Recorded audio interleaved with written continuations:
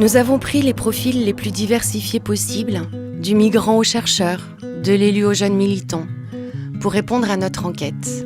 À quoi rêvent les jeunes ? Cette question peut paraître anodine, mais une fois devant les faits, nous avons saisi la complexité de cette toute petite phrase. Alors, à quoi rêvent les jeunes ? À quoi rêvent les jeunes ? La vie idéale, quoi. Un métier bien payé, une vie simple, être heureux, je pense, c'est ça qui est bien. Après, le bonheur, il faut le chercher. Les jeunes, ils peuvent rêver à beaucoup de choses. Chacun peut avoir un but différent dans la vie. Moi, personnellement, pour moi, c'est la musique. Bon, après, j'abandonne pas spécialement, mais c'est vrai que j'ai bien baissé les bras à chaque fois face aux différents obstacles qu'il y a.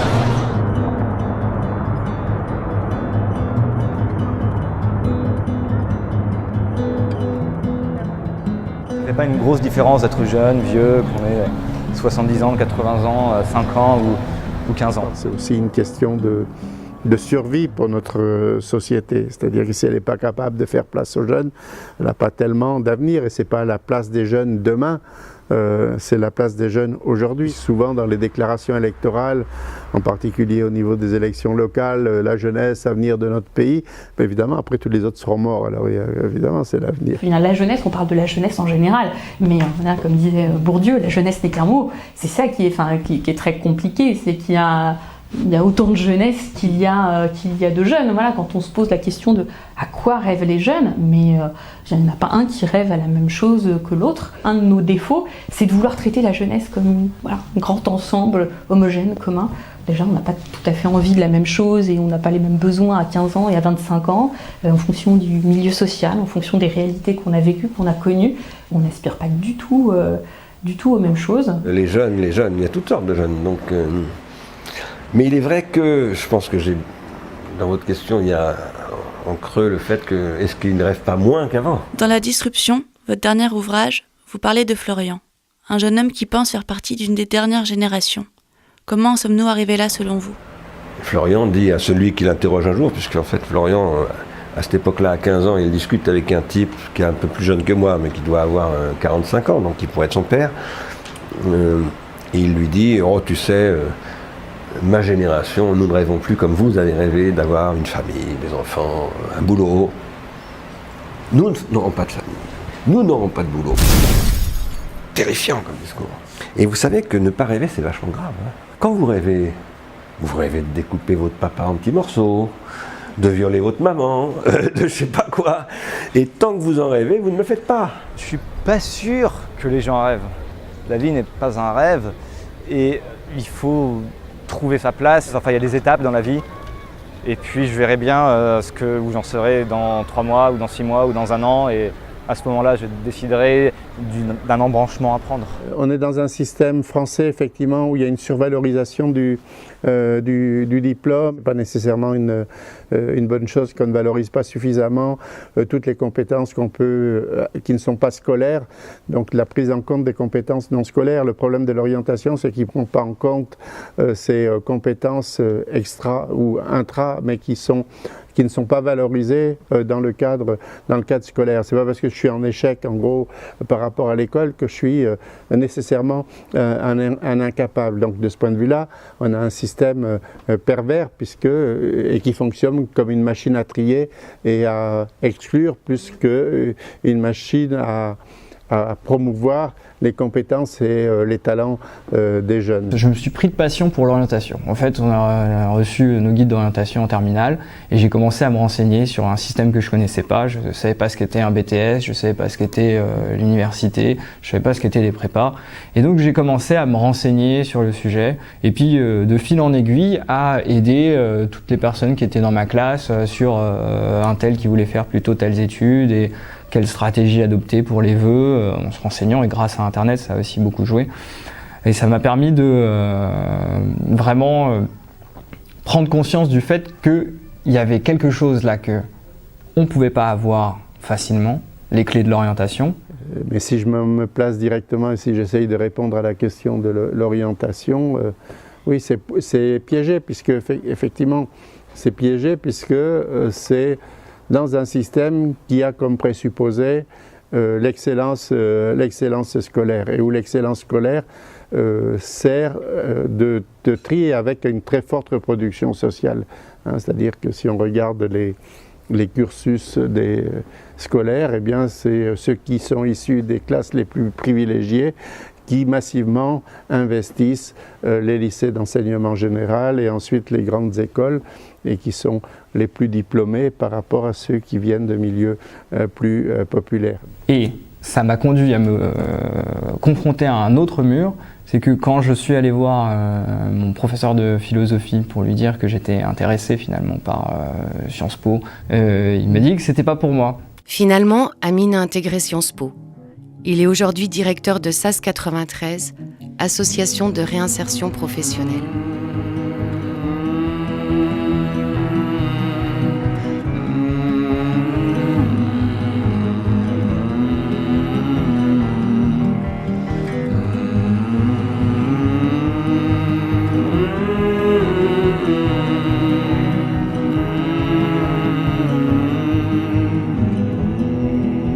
Je pense pas qu'il y ait une dichotomie entre deux jeunesses. Moi, les jeunes que je côtoie, même ceux qui n'ont pas tellement de capitaux, rêvent toujours. Après, le problème, c'est de savoir ce qu'on peut faire et ce qu'on ne peut pas faire. Et ce que je remarque, moi, c'est qu'il y a certains jeunes qui, surtout dans les questions d'orientation scolaire, professionnelle, se ferment des portes. Il y a un mécanisme ils intériorisent le fait qu'ils ne peuvent pas prétendre à certaines choses. Or, avec le travail associatif qu'on fait, c'est essayer de montrer que non, il n'y a aucune porte qui est fermée. On est dans une société où l'ascenseur social est en panne, on pourrait dire. Mais moi, je ne pense pas qu'il y ait deux jeunesses. Il y a une pluralité de jeunesse, ça c'est sûr. Mais je pense que c'est mouvant. Moi, je rêverais d'être prof de parcours ou vivre de ma passion. Pour moi, c'est la soif d'adrénaline. Donc, je suis en école d'infirmière, donc je rêve forcément de devenir infirmière. Voilà, et je rêve aussi de continuer ma passion, le théâtre. Moi, je rêve pas, je vis. Je rêve de rendre le monde meilleur à travers la création de produits et des inventions qui permettront de changer le monde. Alors le problème, c'est que quand de nouveaux objets technologiques ou pour le numérique ou autre chose sont créés, il faut bien se mettre dans la tête que ça provient aussi de l'intelligence de certaines personnes, de certains techniciens, de certains ingénieurs qui ont les méthodologies nécessaires pour faire ça. Mais ça ne reste que des outils. Le rêve, on en a besoin pour produire de la diversification, pour produire des choses nouvelles. Les grands rêveurs, ce sont des grands penseurs, en fait, et qui sont des penseurs, j'écris penseurs avec un A, c'est-à-dire des gens qui soignent le monde. Mohamed et Mamadou sont deux jeunes migrants. Après un périple de plusieurs années, tragique et douloureux, ils arrivent grâce aux associations à reprendre une scolarité en France. Leur regard sur les études contraste avec ce qu'on peut en dire habituellement. Oui, à l'époque, en fait, moi c'est entre guillemets un rêve d'enfant, mais je voudrais faire des études de droit et tout. Mais là, à ce moment-là, j'avais déjà l'affaire des études, c'était complètement sorti de ma tête. Donc parce que ça fait presque, avant que je reprenne ici, ça faisait 2 ans que je n'avais pas tenu un stylo. Donc ni penser à l'école, parce que là, pour moi, en fait, je ne pensais même pas que j'allais retourner au lycée. Dans 3-4 ans, je me vois plus en train de faire de la prévention à toute une population. Comment il faut gérer ces déchets, ou avoir des solutions de traitement d'eau usée, ou bien faire des installations sanitaires au niveau de l'Afrique, pourquoi pas, parce qu'il en manque beaucoup. D'usines de traitement des déchets en Afrique, pourquoi pas, parce que c'est le majeur problème.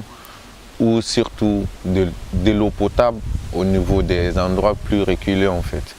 Ça, ce sont des objectifs que je me fixe dans peut-être 10, 15 ans.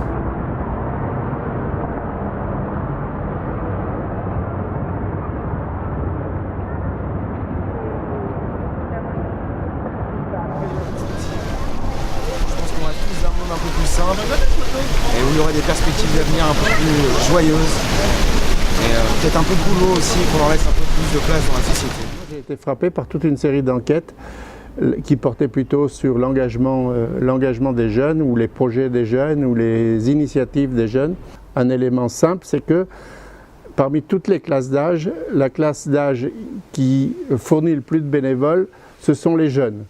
C'est-à-dire que contrairement à une idée, les jeunes ne sont pas égoïstes et les jeunes s'engagent. Mais évidemment, il y a tout un discours de la société sur le fait que les jeunes ne s'engageraient pas ou s'engageraient moins. S'engager pour une grande cause, ça devient très très difficile puisque c'est ce qu'on appelle les grands récits qui expliquent le monde sont en faillite. Donc on va s'engager de façon beaucoup plus ponctuelle avec une aspiration forte à voir les effets immédiats de son engagement. C'est-à-dire 2 critères pour l'engagement, que c'est une utilité sociale et que c'est une visibilité immédiate. On ne s'engage plus pour des lendemains qui chantent, on s'engage pour changer les petites choses qui sont à notre portée et qui soient visibles. C'est pas une contrainte l'engagement, c'est bénévole, on n'est pas payé. Enfin, l'année prochaine, j'aurai une indemnité pour le service civique, donc ça c'est un exemple de montrer qu'il y a des rétributions. Il y a des rétributions qui sont à la fois symboliques. Quand je vois un jeune qui me dit qu'il a eu son bac ou qui passe en 3e, qui fait la spécialité qu'il souhaitait, ça c'est une rétribution. Je me dis, tiens, c'est bien, quand je vois un jeune s'épanouir, je me dis, ce sera un jeune qui va peut-être, qui sera pas dehors dans la rue à faire des choses pas très correctes.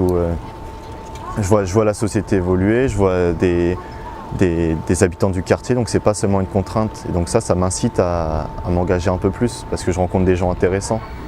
Pour moi, l'engagement, c'est d'avoir un engagement personnel et quotidien. L'engagement doit se retrouver dans chaque compartiment de ma vie, en fait. Malheureusement, j'aimerais pouvoir être optimiste, c'est pas toujours le cas. Justement, je pense que c'est un petit peu ce qui nous guette, ma génération. J'ai peur qu'on m'enlève mes droits et qu'on régresse totalement. Puisque c'est ce qui est en train de se produire, insidieusement, mais qui se produit quand même depuis, on va dire, une petite trentaine d'années, et qui s'accentue, et on s'étonne aujourd'hui de ce qui se passe, mais on est encore dans le déni. Bon, c'est une question d'actualité, parce qu'on pourrait appeler la remise en cause de l'État social tel qu'il a été mis en place au lendemain de la guerre, c'est-à-dire toute une série de protections qui sont d'ailleurs inscrites dans la Constitution, comme le droit au travail, le droit au logement, le droit à la santé. Donc aujourd'hui, ce sont des droits qui apparaissent comme fortement menacés dans notre société. Mais là, c'est plutôt une inquiétude qu'un rêve, ou le rêve, disons, de voir se perpétuer effectivement la garantie à travers ces droits d'un certain bien-être social. Oui. Il y a 2 ans, lorsque Roland Berger a fait cette étude en Seine-Saint-Denis, les jeunes de moins de 25 ans étaient 38% au chômage. Aujourd'hui, ils sont 50% au chômage. Et ils seront probablement 80% au chômage dans 10 ans.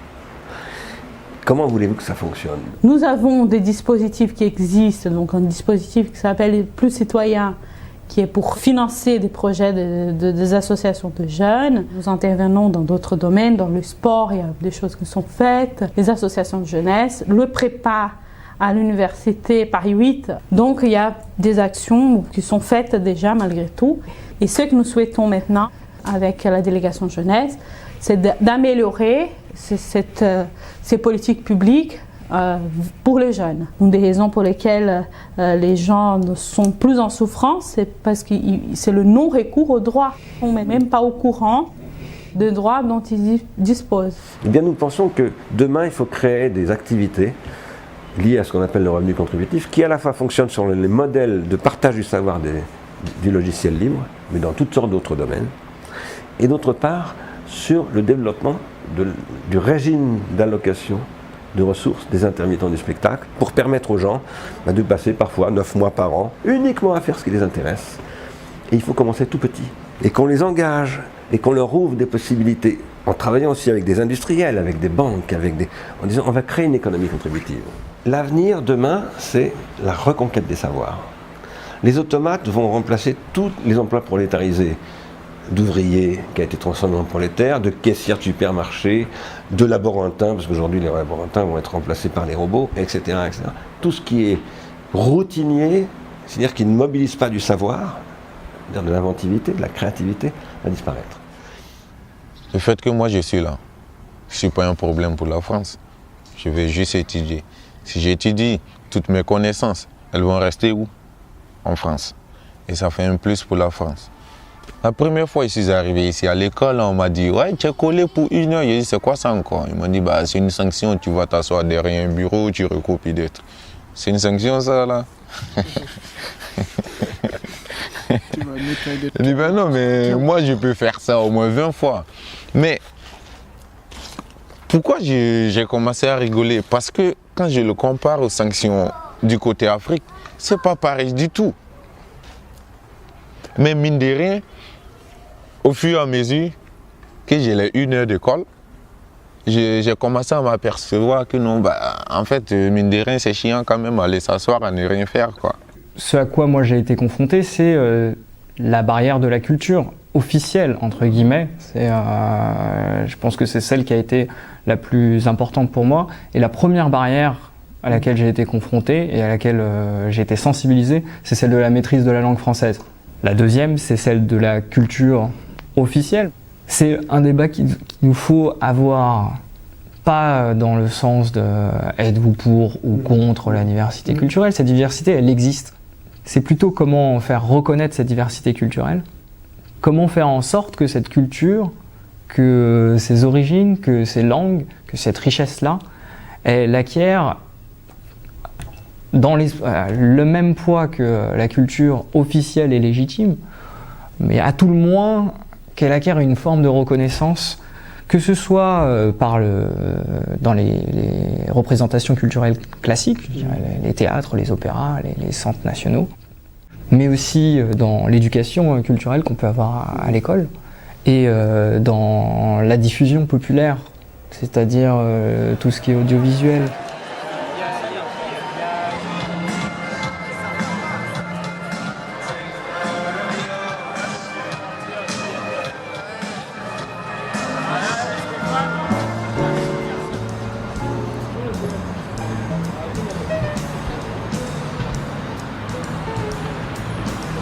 Sur le boulevard Montparnasse, la gare n'est plus qu'une carcasse. Il est 5 heures, Paris. À quoi rêvent les jeunes? À la vie, à l'amour. À quoi? À Paris. À Paris. À Paris la nuit, avec des amis. À la Fais-nous paix. voir le ciel. Alors, le À être jour. heureux dans un monde bourré de terroristes. Il en Ouais. faut peu pour être heureux.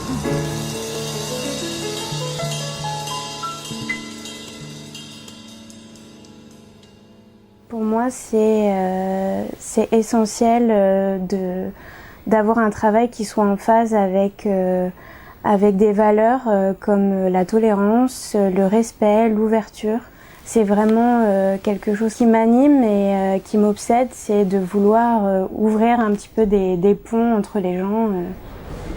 Je pense que les valeurs sont universelles. Pour moi, les valeurs humaines sont uniques. Il n'y a pas... Il n'y a pas de raison de voir une quelconque différence dans le désir de l'humanité.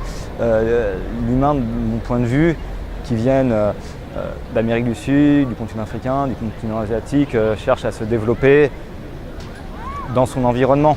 Donc c'est ça la valeur fondamentale. Après, les environnements sont certes différents, mais le but de l'homme, c'est de grandir et pas forcément de trouver sa place dans son environnement propre et pas forcément de se différencier par rapport à sa culture. Chaque humain, de mon point de vue, est unique. C'est que les jeunes doivent faire confiance dans leur capacité, dans leur potentiel, c'est-à-dire s'accrocher à leur passion quelque part et pas dévier de leur passion et d'essayer de les mettre en œuvre, même si quelque part cette passion elle peut prendre d'autres formes que celles qu'ils avaient envisagées au point de départ. Mais c'est être en capacité de travailler sur cette passion, quitte à la reconfigurer.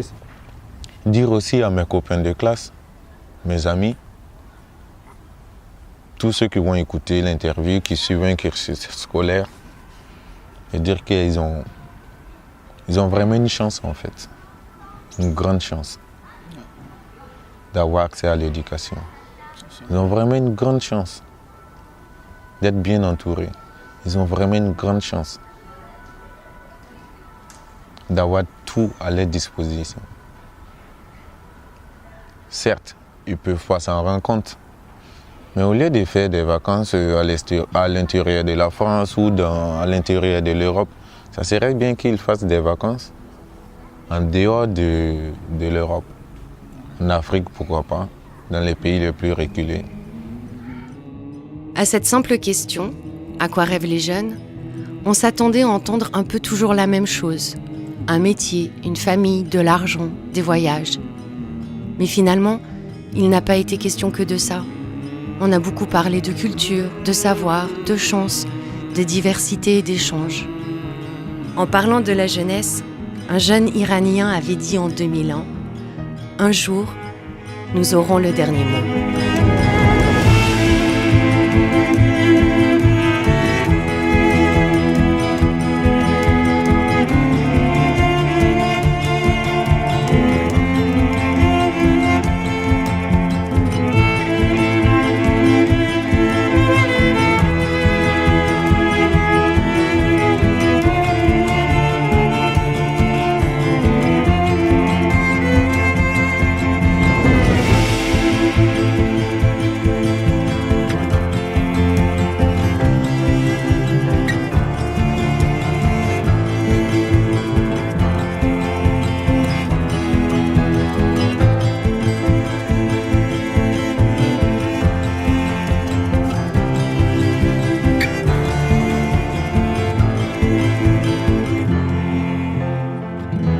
Merci à vous aussi.